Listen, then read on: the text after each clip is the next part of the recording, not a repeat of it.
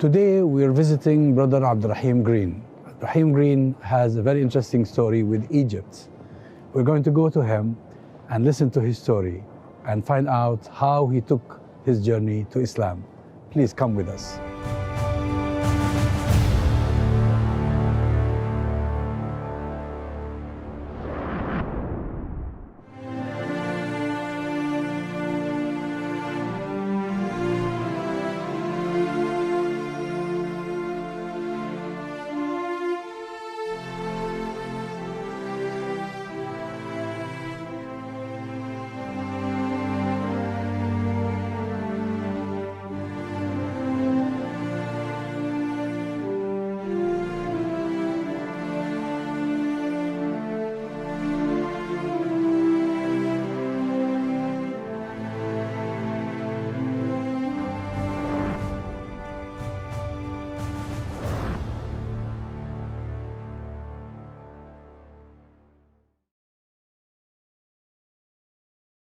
Brother Rahim, tell me about the beginning. I mean, what attracted you to Islam? How did this journey begin?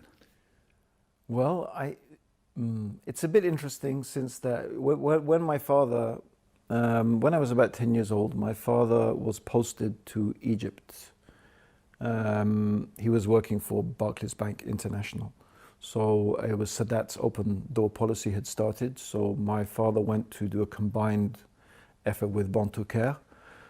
So they formed a bank together and established that bank in Egypt. So I spent my holidays in Egypt, but my school was in a boarding school in UK, so I would go back and forth. So you didn't move with him when he went? Well, I did for my holidays. So my home was really in Egypt, but my school, which was what most of my life was in England. So. And my school was a Roman Catholic boarding school. So my mother originally, she's from Poland, and she was insisting that me and my brother were going to have a good Roman Catholic upbringing. So even before I was born, I was signed up to go to this prestigious Roman Catholic boarding school, a place called Ampleforth College. So I went between Ampleforth College and Egypt, and so. It's comparing two religious traditions and also comparing two cultures, I would, and so that was my first exposure to Islam and Muslims, and my impression was very good.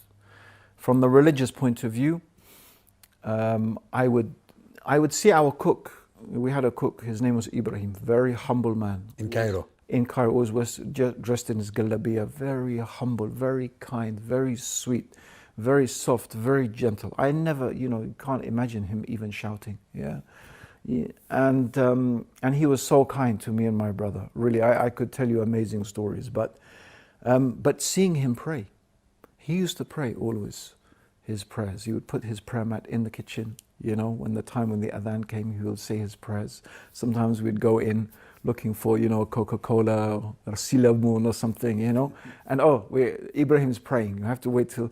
So I'm watching him praying, and there he is just standing there, praying, and then I will go back to the Roman Catholic monastery, and then I will see what they call praying with the incense and the mass and the cross and the Holy Communion and the singing and this is my first real comparison in my mind between how a Muslim is worshipping God and how we were worshipping God in the Christian tradition. And I said to myself, surely this is the one. The way the Muslim man was praying seemed to be so simple, just direct communication, this person and God. No rituals, no fanfare, no. So this impressed me a lot. And I would say also the other thing was a more general atmosphere. Actually, when I first went to Egypt, I was frightened. It scared me. And the reason I realize it scared me in retrospect is because people are so alive. Literally, the feeling of life is so strong. Whereas, yes, you can come to London, everything is very busy, but many times you go on the tube, you will think, yeah, people are alive, but actually they seem like they're dead, almost like they are.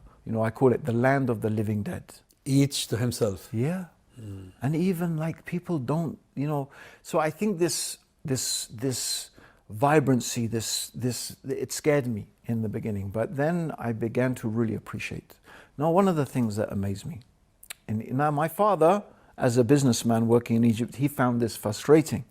But me, I thought this is amazing. Like nothing seemed to upset anybody. Everything was, inshallah, ma'alash. Like taking it easy. Ma'alash, it doesn't matter. Like, subhanallah, it's really amazing. Really. You like that?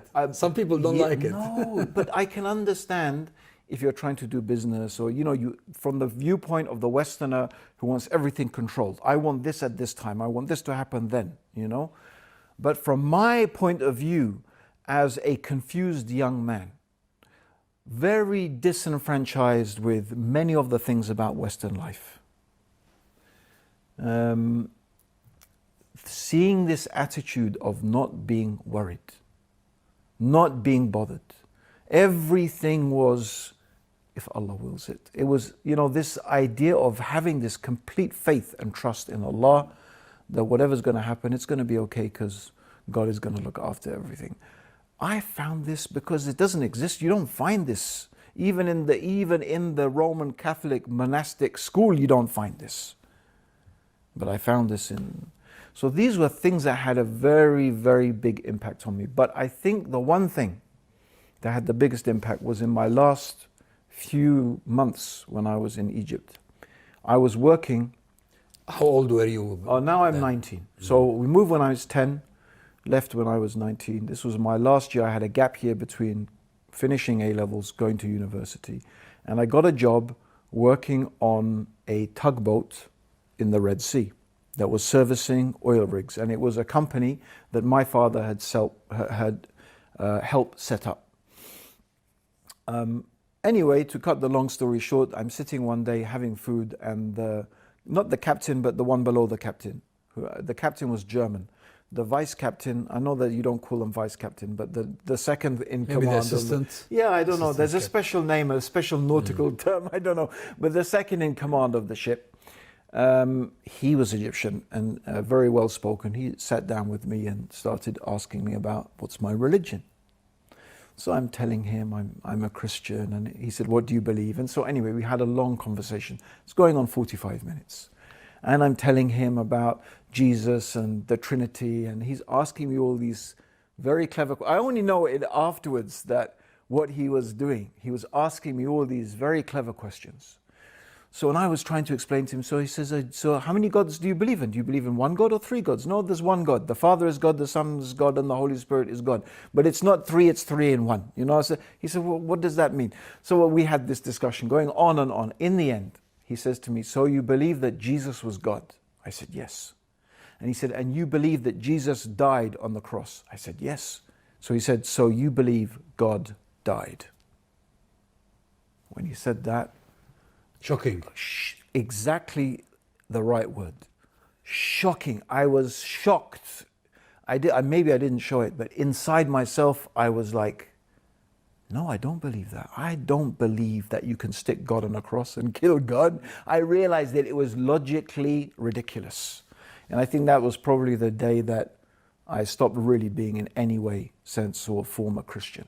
I knew and I realized that the belief that a man is God, any religion that told me that some human being is God or part of God or one with God was nonsense, was not true.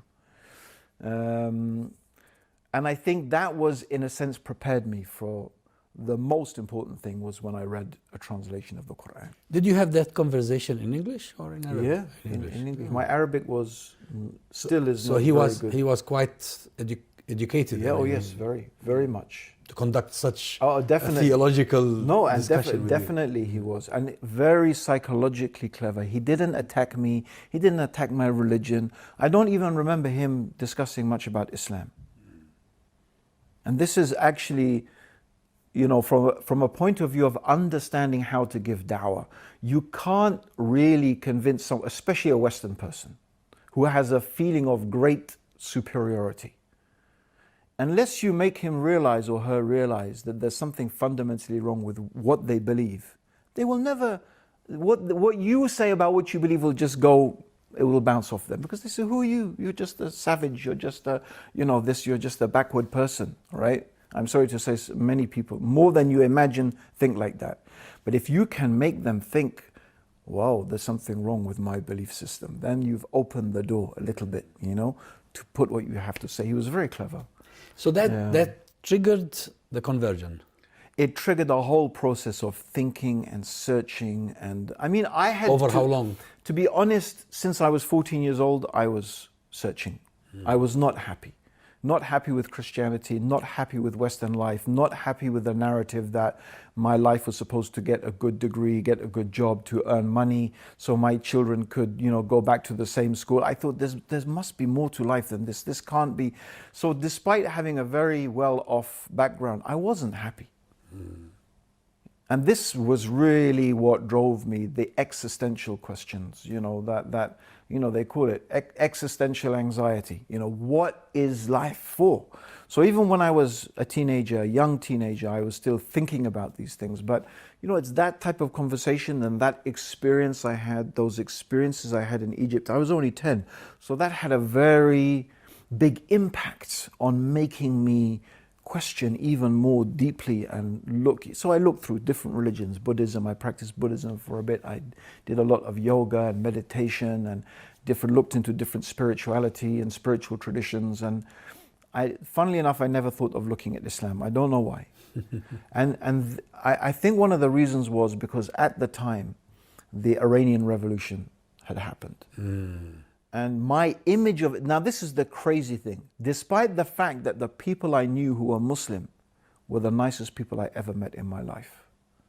I loved Egypt. I loved Egyptians. I loved the country. I used to say if there was a war between England and Egypt, I'll go and fight. I mean, I honestly, I loved Egypt so much. I loved the people so much. But despite that, my image of Islam was Ayatollah Khomeini, the Iranian Revolution. From television. Yeah, from television.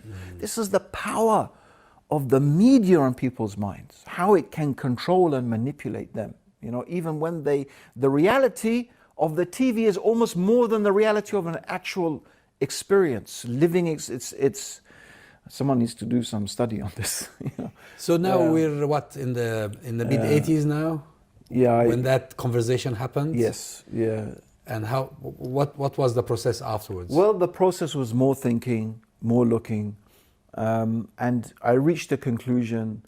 I actually reached a stage where I don't know why I never looked at Islam, but I'd invented my own religion, which was a mixture of sort of Christianity and Buddhism and I don't know, but maybe some Star Wars and everything, that I put into this religion. And it was the worst of all. It was terrible.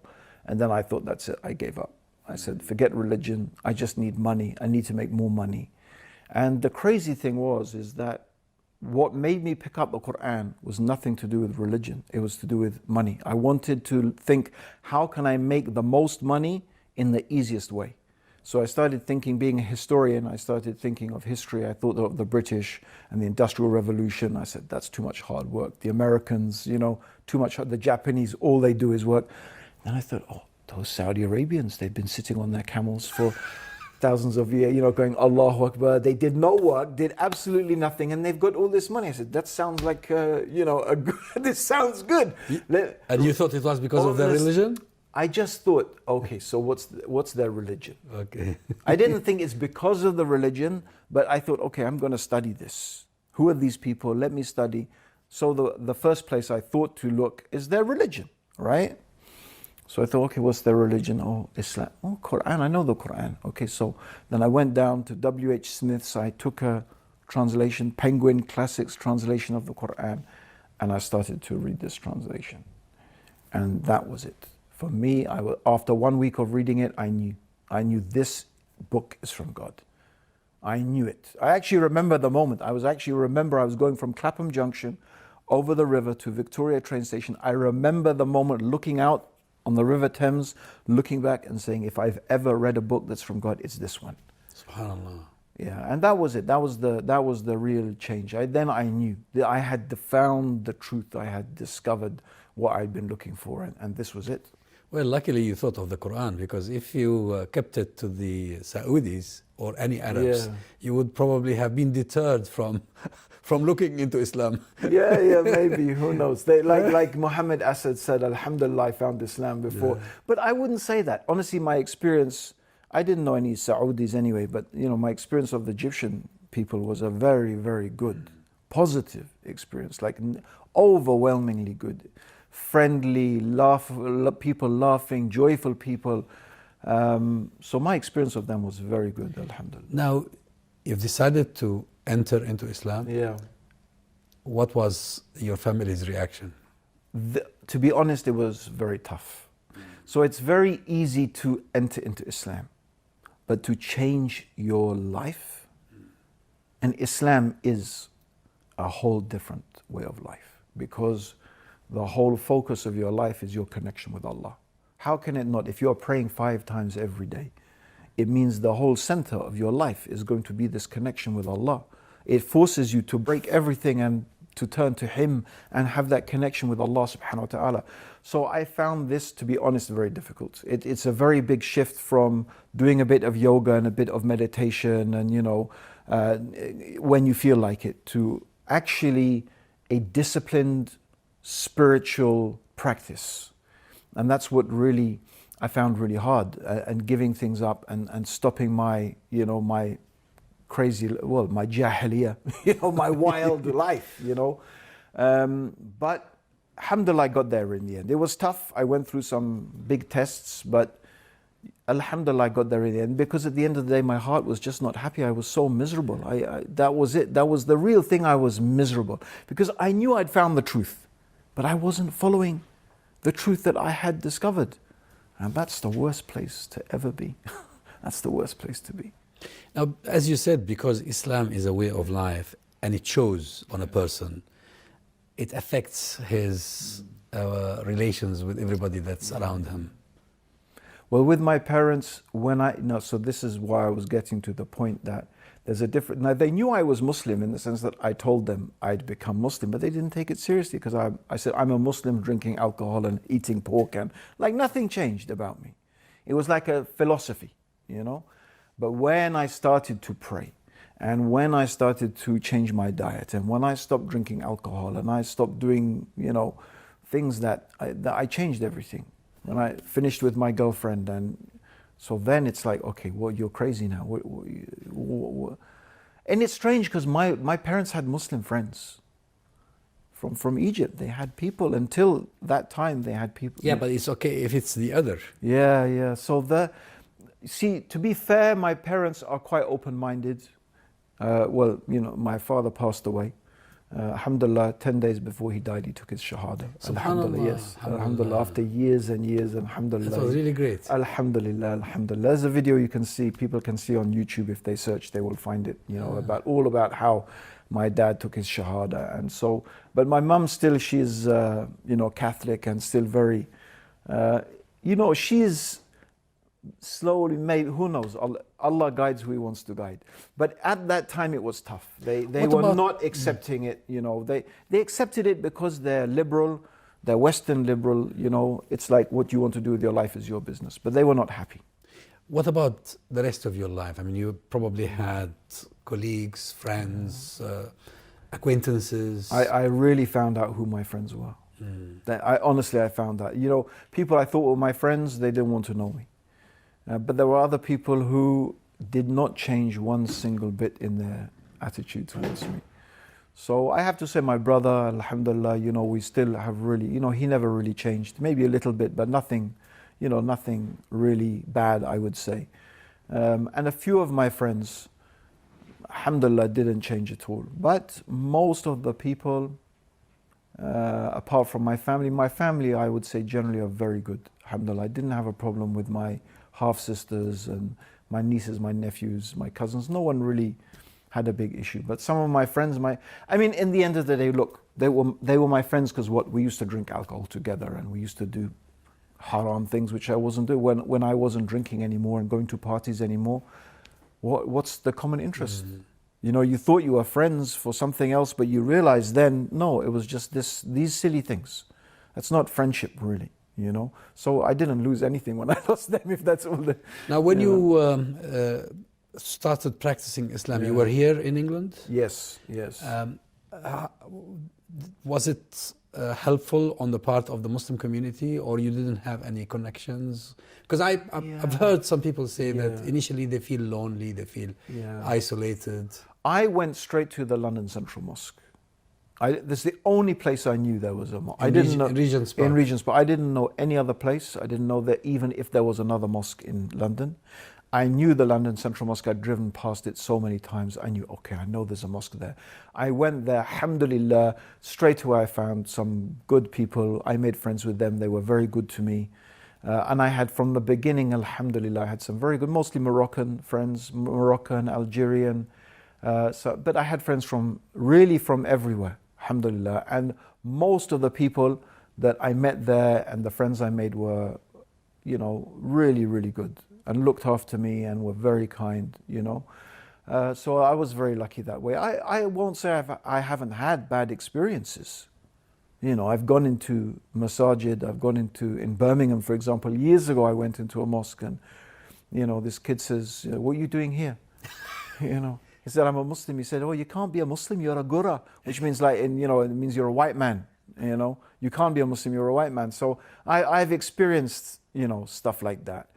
But actually, to be honest, in the Regent's Park Mosque, alhamdulillah, my experience was actually really good. And, you know, from that perspective as being a new, and then there was Yusuf Islam, he had his circle there, and a lot of, you know, there weren't that many converts, but whoever was there, they would go to this circle. So straight away you were making, you know, whatever few converts that were there, you were meeting them. So alhamdulillah, I went to the right place really, I think, you know. So I was very lucky, alhamdulillah, blessed that way by Allah subhanahu wa ta'ala. Now, since then and until today, do you see more people showing interest in Islam, converting to Islam, or is it difficult to tell? No, I think definitely. Definitely there are, and that's just simply because there are more converts to Islam. And I think that almost always a convert will take the issue of da'wah very seriously. Because they feel, you know, they feel what it was like not to have that guidance. And unlike people like us who are born as Muslims, we take it for granted. We take it for granted, you see. So, but when you've been in the darkness, when you've really tasted that loneliness, that emptiness, you know, of not knowing Allah, and then, alhamdulillah, you have that life in your life, that light in your life, then, you know, you have to share it with others. And especially because you have family that you care about, you have friends, you want them to know. So I think because of this, it's very normal that as you get more people who are converting to Islam, they will talk to the people they know. And then, yeah, so definitely I think Islam, alhamdulillah, is definitely growing in this country. And actually, you know, some you may not notice. There are people who are Muslim, you'll never know they're Muslim. If you saw them on the street, you'll not know they're Muslim. But they alhamdulillah, they are Muslim, and they go to the mosque and they pray and they do everything, but maybe they just don't look like how you think a Muslim is supposed to look like.